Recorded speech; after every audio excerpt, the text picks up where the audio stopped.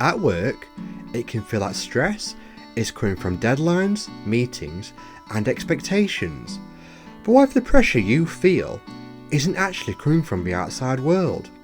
I'm Luke Richardson, and this is Wave Work Stress Goodbye, a podcast exploring the inside out understanding and how seeing how our minds work can transform the way we experience work, pressure, and performance. So sit back, relax, and enjoy.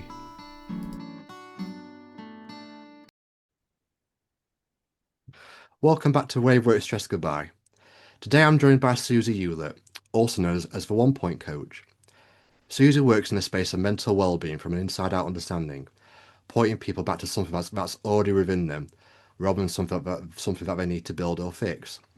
She's also the author of The Point of Now, where she explores how clarity and well-being are uncovered, not created. Suzie, it's great to have you on. Thank you so much for the invitation. Great to Oh, be here. no worries, my pleasure.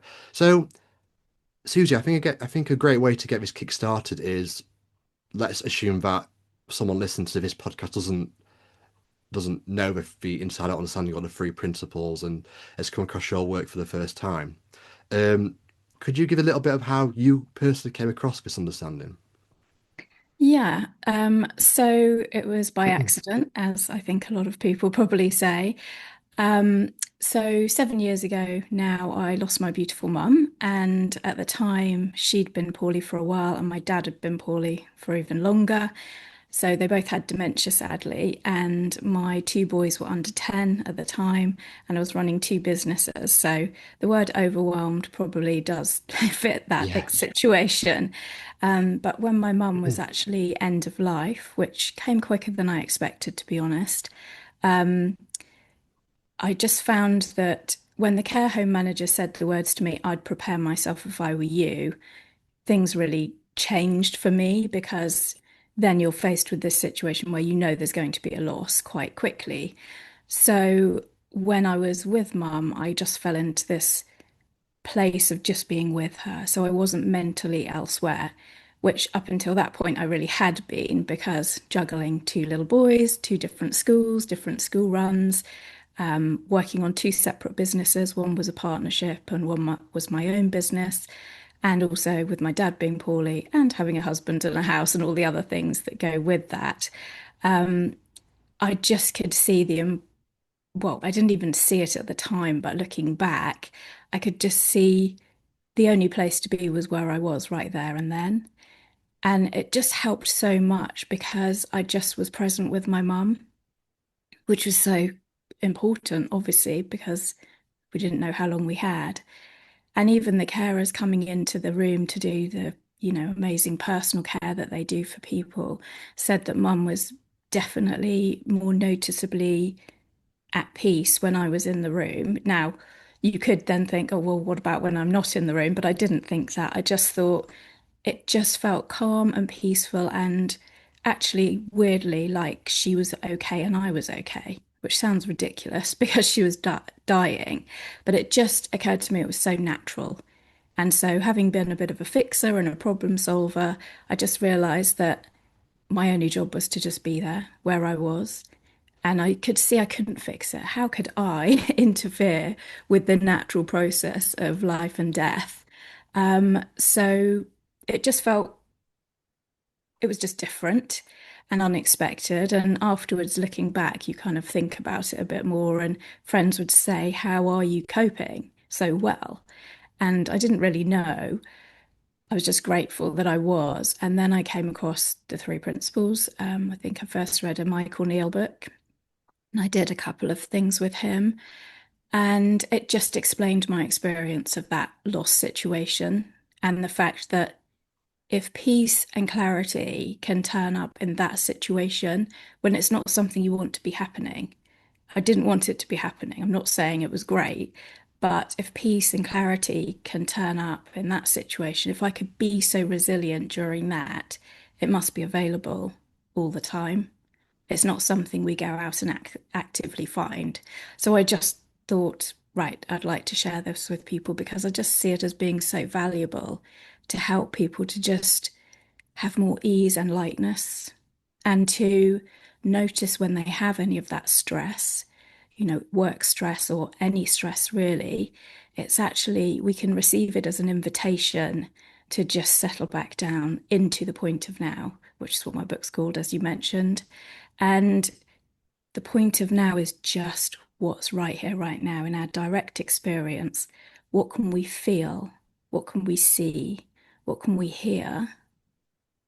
Rather than what am I thinking about? And often our thoughts are, well, probably most of the time, our thoughts are, as the mind does, as a prediction machine, they're thoughts of the past and what we can do to either avoid or repeat something that we either liked or disliked. And they're thoughts of the future, which is purely predicted imagination. We think we're planning and being responsible, but actually, if we really slow down, we can see that that's pure imagination, which is made of thought. So, my work, the point is an inverted triangle, just a visual to represent this.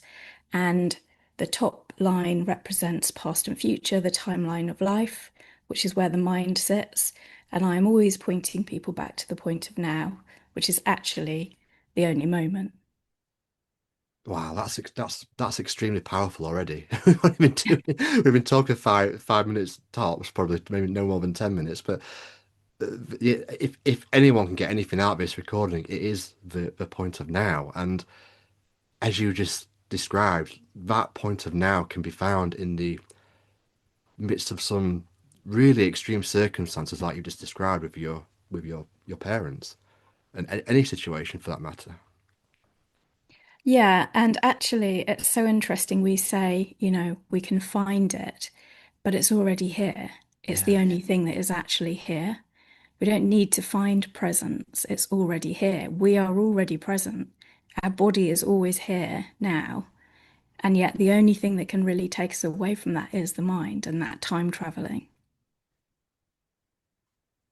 So when it comes to work stress, Susie, people often associate their stresses coming from a boss or workload or lack of pay or you know a toxic colleague. Um, can I get your take on that in terms of Yeah. what's really going on in those situations? Yeah, and you mentioned sort of looking at it from the inside out. And I guess so often we're looking at the outside, so the boss or the workload or the project or, whatever it might be, or, for me, the noisy builders next Uh, door. I can have a lot of thinking about that and the fact that it's inconvenient when I'm recording a podcast, but actually, it's all just what's happening.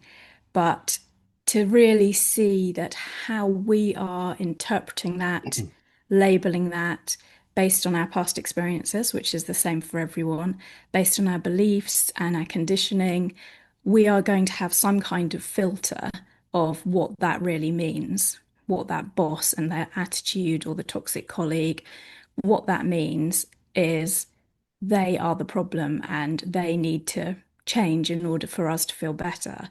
But actually, we're always going to have outside influences. We're always going to have that in life, whatever it is, whether it is a workplace thing or whether it is the loss of a parent or someone you love. Things are always going to happen. So life is always changing. It's always changing, but it's equally always now. And I just think if we feel that stress and really just think, right, what's actually happening now, we can perhaps see a little bit more clearly that it's the feeling in us that is happening now, and it's our reaction to the situation. And given that things will always happen out there, we're always going to be potentially reacting. So actually just seeing that is quite helpful because then we can just help ourselves to settle back and think, right, this is how I am taking this or interpreting this. But actually, what's under that? What's really happening?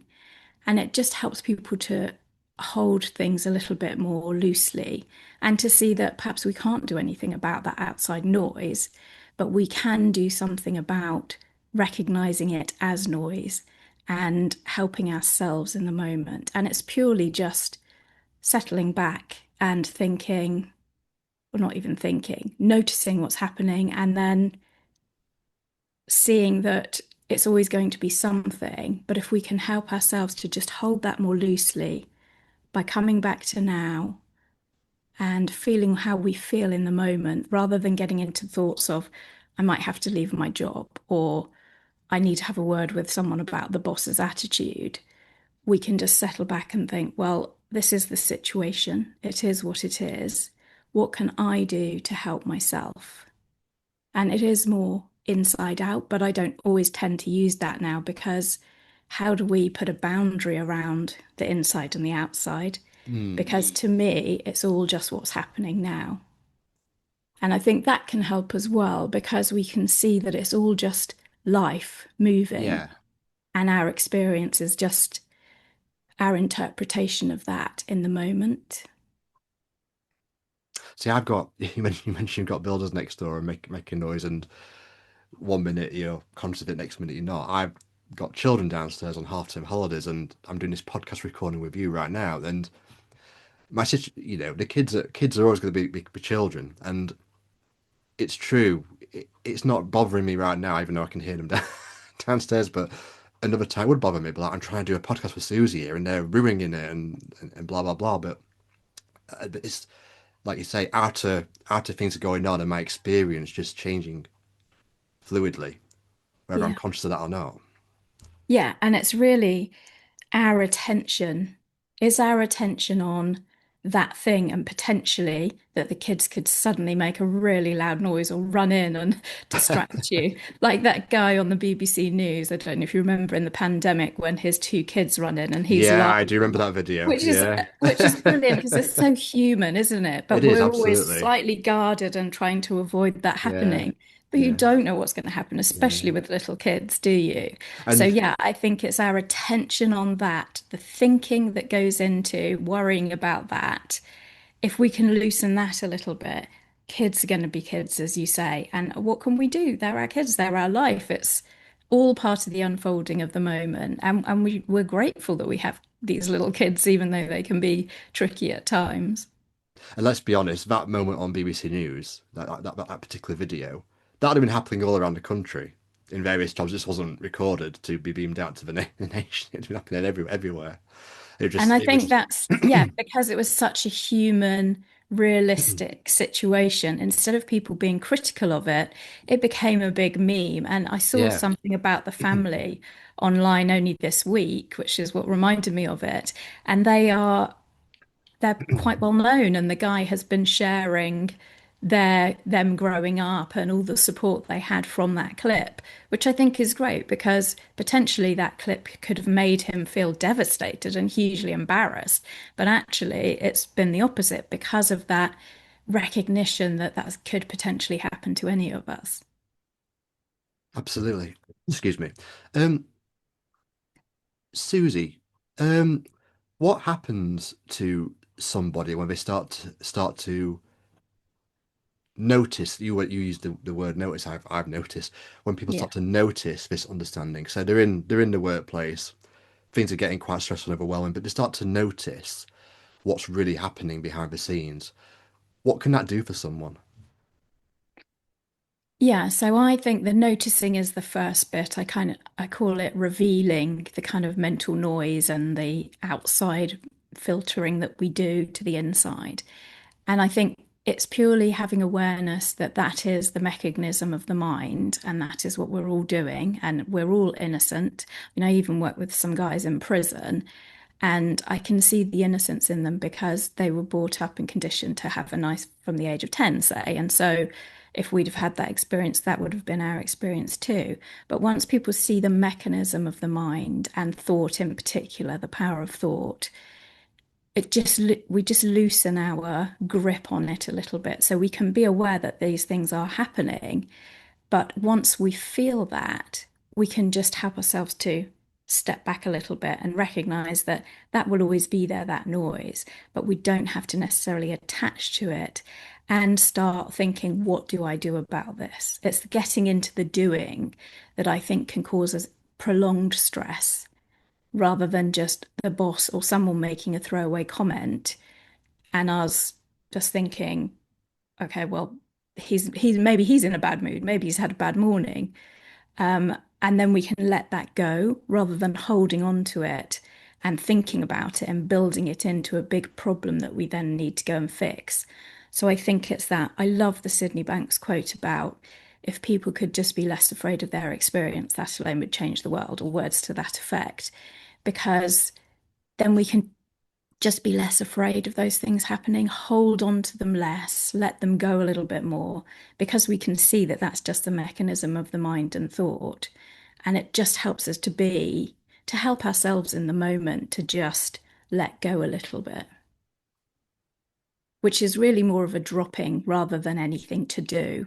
We're not carrying it all, carrying all those heavy thoughts and things to do. We're allowing it to just flow and be just the process of life as it's happening. And so I think people can just feel a little bit more clear and a little bit more open. That's the word I love to use. When you are more present, and I'm not saying we have to be present all the time, we are actually physically present, but we don't have to try and be present. But the more we're aware of that stress and tension and the noise that's creating that, the more we can just let it go a little bit by just not hooking onto it so much. And then we can just free ourselves to be more open to the actual moment. So we hear more, we see more, we're more open to any ideas that come out of the blue because we're not so, I call it the habit of mental busyness. We're not so in that habit of mentally got to sort the boss out, got to sort the project out because there's a problem. We're more just, right, what can I do now? What's present now? And it's just so much lighter, but it's not really something we have to do. It's something we have to notice. But my clients just feel, even a client I was working with who was diagnosed with cancer throughout our coaching journey, she just said she felt so much lighter about it, which is significant um, because it is what it is. And that's not meant to be in a harsh way, just put up with it. It just is happening. We can't undo what is happening, but we can hold it a bit more lightly because we don't know what's going to happen next. And so the mind could go to all sorts of things about what anything like that could mean. But actually, if we just allow it to be what it is and just literally sit with it, sit with the feeling of it, and notice the feeling rather than pushing it away or seeking something else, we can literally just be open to what's actually happening. And I think we just can see so much more then because the next moment is completely unlimited and free, even though the mind says, well, this could happen. We don't need to worry about that what if because it's pure imagination. And once we see that, we can see that there's not much sense in going down that rabbit hole, I suppose. No, no. And your example of the client with the cancer diagnosis, that's a massive shift in Yeah, understanding, isn't it? Because you get some you know earth-shattering news like that about something so terrible, and the tendency for people is to kind of dwell on it. yeah, This person could see cool. beyond the experience and start to enjoy life again, which is Yeah. incredible. Yeah, I mean, she was on my podcast, so it's episode 40 of the podcast, and she came to me because of being overwhelmed by life. And, I work quite a lot with people in the sandwich generation. So you've got dependent kids on one side and aging parents on the other side, and maybe work as well, and the rest of your life going on, pretty much how I was all those years ago. And so she came for that really, but it was through the loosening of her not having to carry everyone else's life all the time. You know, that was just such a big thing for her to see because she had been that caring, doing person, but she couldn't see how much of that was mental, like as in thought generated, carrying the baggage through time and holding it with her the whole time. And so that piece of the revealing that noise helped her when it came to her diagnosis because she could just see that projection wasn't necessarily, of course, how does the mind know what the prognosis is going to be in the long term? It doesn't, but it can guess. And we often guess worst case scenario because that's what the mind does. Episode 40, you said, was it on your Yeah, podcast? yeah, I'll yeah. I'll I'll make sure that podcast episode's in the notes of this Thank recording so you. Yeah. people can Yeah. see it. I didn't Was realize you just had. from I didn't her experience of the whole process, and she knew nothing about the three principles or anything at the beginning. So I didn't realize you had a podcast actually. Or as I mentioned it yeah. on your introduction. Can you tell me a No, bit more about that and what you've been doing with that and how yeah, long? so it's called The Spirit of Inquiry, and it's really about looking at life and our experience a bit more deeply, slowing down to see what's really happening right here, right now. And again, so everything that I'm just about to record episode 50. Um, and by the way, that was just a process of like you just starting it, Yeah, keep going. I don't record every week or every 2 weeks even. I just record when I feel I've got something useful to say or if I have a guest in mind. yeah, Um, and it's always pointing to the same thing, which is to move away from the noise of the mind, not even move away, just notice the noise of the mind and see that that's illusionary, really. And always pointing to dropping in to this experience of right here, right now. Because we can only ever do, think, feel, act on anything right now. And another way I love to say it is life is literally this breath. That's what we've got. And that's so much more simple. Even that alone, I think, is quite a weight off. yeah. It reminds me of that Sid Banks video. I can't remember which particular one it was now, but he something quite he basically like made the point of that what this moment is now gone, and then that word "gone" is gone. That five when I said 5 seconds ago, the word "gone," Yeah, it's gone, it's dead. There's yeah, nothing there anymore. It's just, and the future doesn't exist. It's just what we've got right now. yeah.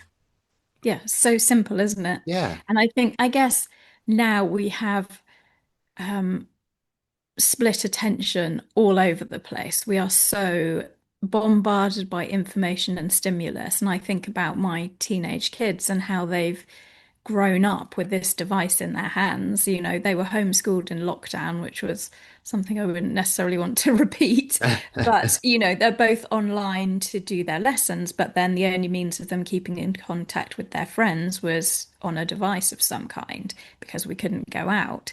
And so I can see that their attention spans are shorter because they're used to things Amazon arriving the next yeah, day and being able to find something out within an instant at the end of their hand. So to them, thinking, going to school and reading about, all sorts of things that happened years ago, fine, but learning all of that just seems so unnecessary when you've got devices that can tell you, and even with AI, it can tell you even more quickly, and more directly. So yeah, I think our attention is so divided and split, and we're moving our attention so rapidly. I mean, that's really what burnout is. We can only do one thing at a time, but we're holding so many tasks to do, and we're firing our attention in all different directions because of the pressure of that. But if we can see that, notice that happening by the feeling it's giving us, we can just see, right, I can only do one thing at a time. And that just takes the pressure off because it's just not viable to do loads and loads of things at once. It might be that eventually we can get to those things, but holding it all mentally now and feeling the stress of that isn't going to help us to perform better. no, it's funny, isn't it? Because when we create emotional stress and emotional pain, we see it as a bad thing, and we don't understand we can let it go. And I think Dick and Bettinger mentioned a couple of things about this, that it's an invitation to let go Yeah. when you get those feelings, not necessarily grab onto them tightly, but just to kind of let go and just see where the next moments take you. Yeah. And also, I mean, maybe letting go suggests there's something to do, but actually, understanding the mechanism helps us to see Mm. what's going on.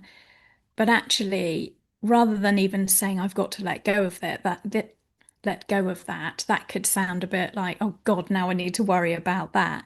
But actually, maybe it's more just kind of lean into that feeling right here, right now, because a feeling or a thought can't actually hurt us or do anything.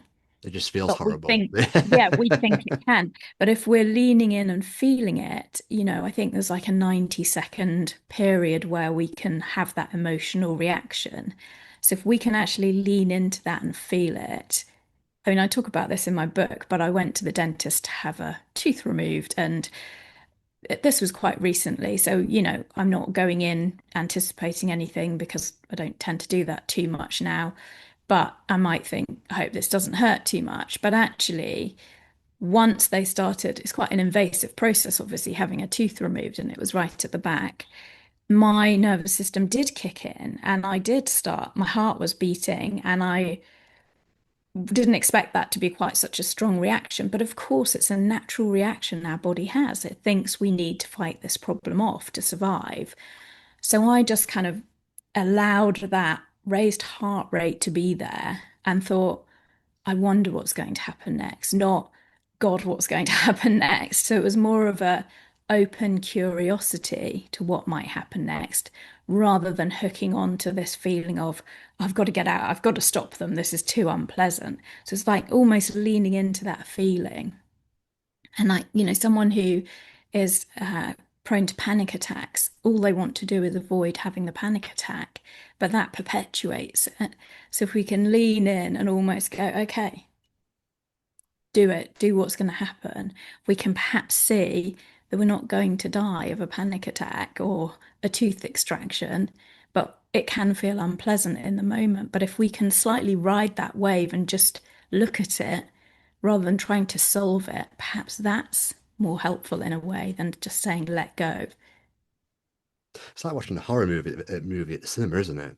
Because you're watching this, you know, this awful thing happening on screen, but if you've got some awareness of the system, what's going on, the film's kind of gonna finish. You think, well, if I just stay with it, I'll just see what happens next, and it might change, and inevitably it does. Just Yeah, similar, and similar. it might not be a good change because it's a horror movie, but we kind of we go to watch a horror movie or we go on fairground rides because we like the energy and the adrenaline of that up and down Yeah, experience.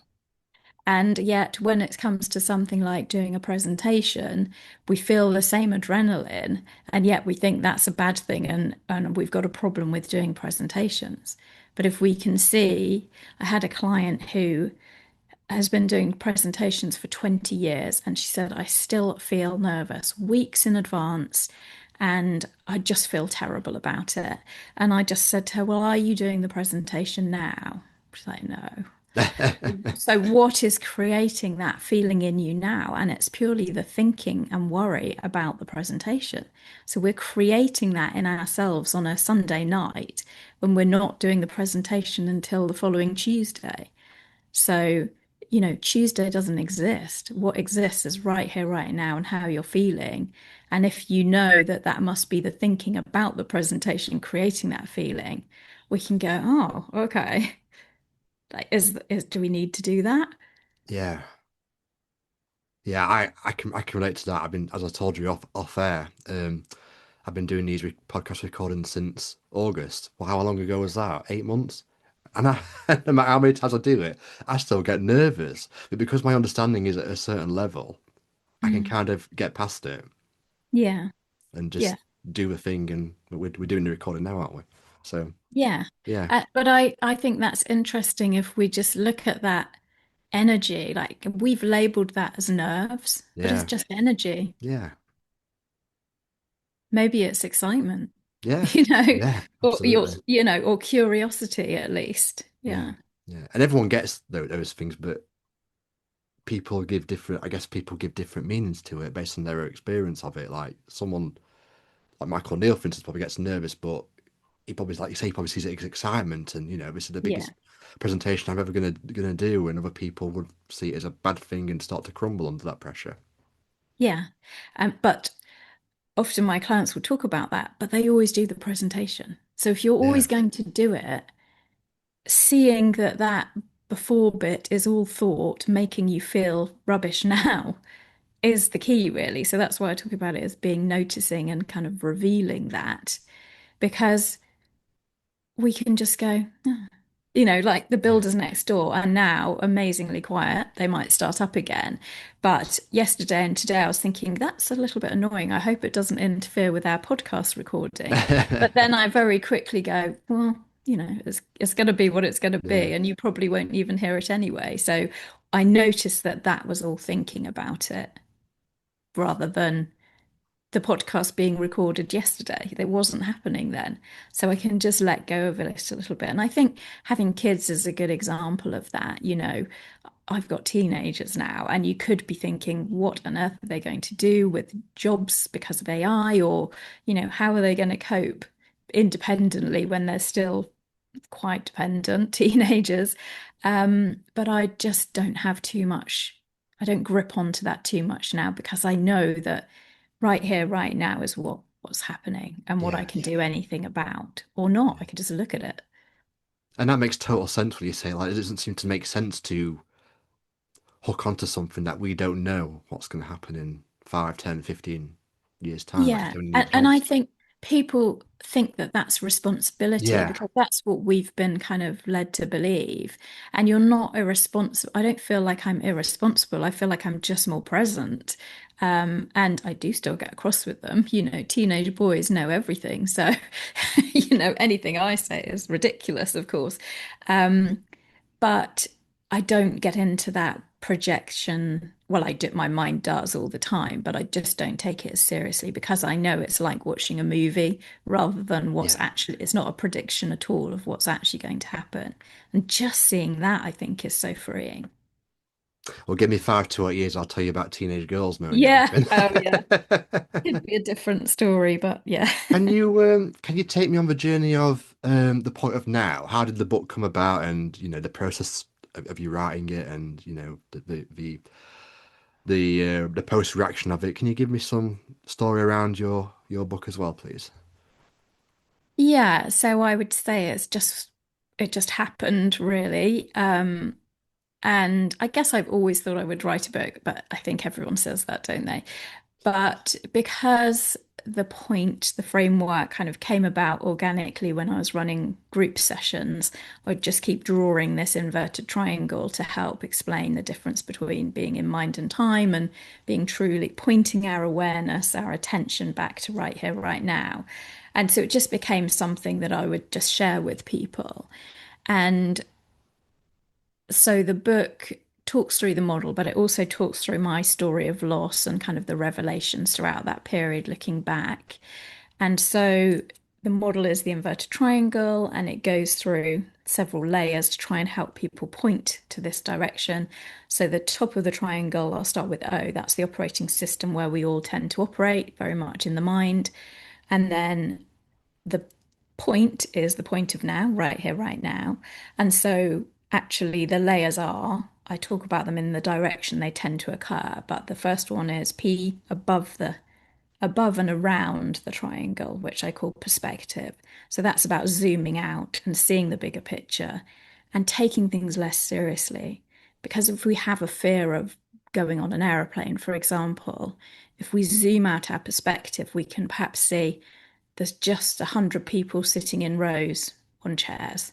Now, that might be in a plane in the sky, but what's actually happening is I'm sitting in a chair and not thinking or not allowing our thinking of, well, there could be an accident to make us feel worse in the moment. So that's sort of getting perspective, zooming out away from the personal mind and us being at danger. Because unless we're in danger, we're not at danger. So that's perspective. O is the operating system, how the mind works. I is our inner or innate abilities, which are the things like the clarity and resilience and wisdom becoming more accessible when we're just more present. And then N is now, and then T is the turning point. And that's quite important because when we're truly in the point of now, and when we really know that the next moment is completely unknown and unpredictable, we can actually I see the turning point as like a 360-degree compass.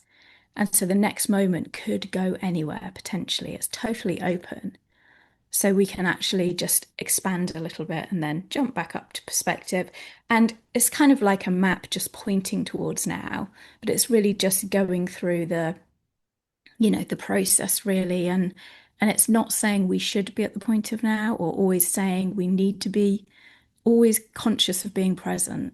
It's more that we can notice when we're being stretched on the timeline, in pressure, in stress, in worry, which might feel like responsibility. And when we feel that, we can just drop back to the point of now. So we can be anywhere on that model. And it's all made up. It doesn't mean anything, but it's just a way of illustrating the general direction of our awareness and our attention dropping into what's right here, right now, into the felt sense of it rather than the thoughts about it. Wow, it's a really great way of using the word point and the abbreviation to it. Really like Well, it just all happened that way, and it's quite that. neat, I suppose. But it just helped me to tell a story of my kind of revelations through losing my parents and the juggle that was going Yeah. on, and the things that just evolved and appeared from that. And then I've had a number of client stories in there, and also some of my guest podcast episodes I refer to in there. So it's kind of pulling together the past of 10 years of my experience and the journey to coaching and working with people. So, and then, yes, kindly, Dr. Amy Johnson, my mentor, wrote the foreword to the book, which was a great tick from my perspective. I was very grateful for that. And then I released it on the 11th of November last year. Wow. And yeah, so I'm delighted I've done it. I would say the process was easier than I would have thought, although, of course, it takes a bit of time and attention. But the more that I got out of the way, the Yeah. easier it became, really. And I'd say there was definitely a tipping point about 50% of the way through where it felt like the book kind of took over a little bit rather than it being me making it happen or forcing it. Um, yeah, so Well, I'd recommend it. credit to you for doing it because I was listening to a Mel Robbins podcast a few weeks ago and she was talking about her friend who had a book deal on the table for 20 years. 20 years she had a book deal on the table and never took it up. That's quite sad, really. And you can only think what's getting in the way is just a lot of insecure thinking about it. Yeah, and what's the worst that can happen? Like doing a podcast, you can try it and do it and adapt a bit as you go along. But I mean, for me, I guess the whole thing, the podcast, the work, and the book is all about sharing something that I just believe is pointing us more to how we naturally operate and just revealing that to people. And it's so helpful if it can help guys in prison and it can help someone who's going through a very difficult situation at work. I've got a client who had, six managers, trying to run a project with six different managers, which is obviously going to be quite stressful. But if it can help the whole spectrum from someone in prison to someone in a boardroom, then it's got to be more universal than just it only helps certain people. So the main thing is I just wrote it because I feel that anyone who reads it might get something out of it. I was going to ask you about clients actually, but I think you might have given examples. But I'll ask the question anyway in case there's something that sticks out in your mind about it. But is there any, you don't have to name names, of course, but is there any clients you've had where the change has been so profound after you've spoken to them, like you can't quite believe it? You got any examples like that to share? Well, yeah, I mean, I think it's profound, but it's also simple and subtle. So it's just seeing differently, really, seeing your experience differently. And so I would say all my clients, it's quite a profound change, but they're actually settling back into their own true expression or their own their own understanding how they really operate so that they can just work with that a bit more openly. And it just has tremendous impact on work and life. And it just amazes me. I mean, most of my clients are senior managers or business owners, and they are obviously incredibly intelligent, productive, successful people. But I just think that this isn't spoken about enough. I think we can label things as being a mental health problem, whereas actually perhaps it's an attention problem. And the more people who can see this, really see this and feel it in the moment, it's so helpful, but it's so simple as well. No, absolutely, absolutely. I completely agree with that. It's something that's not spoken about in workplaces and businesses enough, and that's why I do what I do. And my podcast is called Wave Work Stress Goodbye because I want people, from employees to managers to directors to CEOs to understand this because with this understanding we can work together a lot better. Yeah, so it has a ripple effect. And again, it starts with us, it comes back to us. And if we are that CEO or we're a team leader and we are constantly stressed and in our head and concerned about how we're performing, we're not open to the moment. We're not perhaps as receptive to the team as we could be. So the more people who are in that position can truly see this, the more that ripples out to other people, invisibly almost. But there's just a, calming or slowing down, which actually helps us to speed up or to progress more, which is not what the traditional perspective is on sort of leadership training and that kind of thing, because that's a lot more about what more can we do? How do we force this person into this mold? Maybe that's a bit harsh, but I'm using contrary language on purpose, really. But if we can help people to see the mechanism behind how we all operate, and to see that we are all connected anyway. We're always going to be, if we're working in an office in particular, or when we have our own business, we're all going to be with other people in some way. So actually being able to be that sort of more steady but open. Steady doesn't mean it's all just balanced means boring. When we're truly, it's like riding a bike. When you ride a bike, you don't balance once and then that's it. You have to balance continuously to avoid the many potholes on the roads and, any child running out. We have to be aware of what's happening and feel that balance the entire time. But it's a flowing balance. It's not a I must try harder and balance. So, yeah, I think it's just feeling the stress, whether we're a manager or anyone really, and just taking a little beat to feel that feeling, let that 90-second wave of emotion come through. And then we can help ourselves, but we can help the team.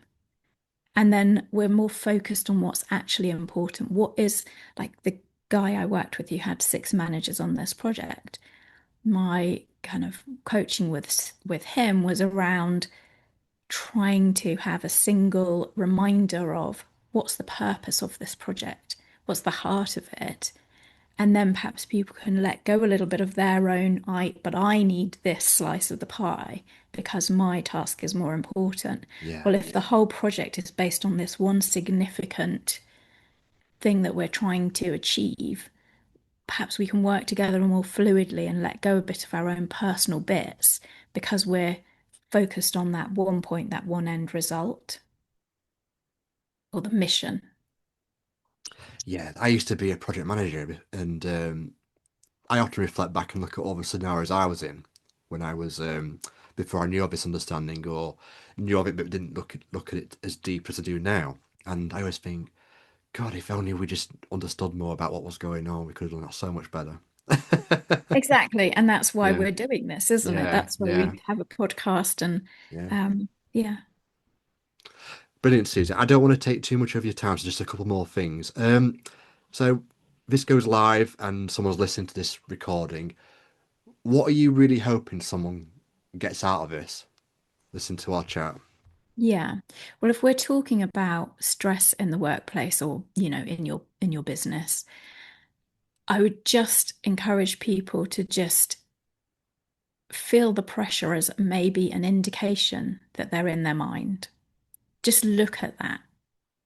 Are you in your mind worrying about preventing something or making something happen, which of course we're all trying to do in business. But if we take that a little bit more lightly, take the thoughts and predictions, which is what the mind will do anyway, so we can't stop it, take it a bit more lightly and really look at that and see that perhaps that pressure could be a redirection to slowing down to what's really here right now and looking at that. Wonderful, perfect. And do you want to take the opportunity to let people know your plans for the rest of 2026? You got anything else in the pipeline, or you just coaching, or just doing your podcast? Do you want to tell us a bit of Uh, what you got planned for the rest of the year? yeah, so yes, the podcast will continue.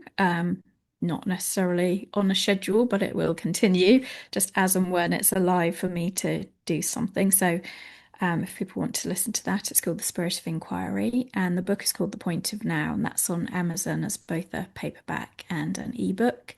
And yes, I have a small group who I coach, but also I take on one-to-one clients primarily.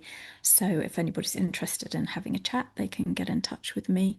I'm on Instagram, LinkedIn, have a website, and I'm a teacher on the Insight Timer app, which is a meditation app, so people can listen to a couple of my tracks there. But yeah, it's just all available if people would like to listen, or yeah, I'd be happy if people wanted to get in touch. And thank you so much for having me. It's been great to chat to you. Absolute pleasure, absolute pleasure. I know it's always been a good recording with someone. I know for the rest of the day, and hopefully as long as possible, I'll be still thinking of our conversation, because I have a really good feeling right now.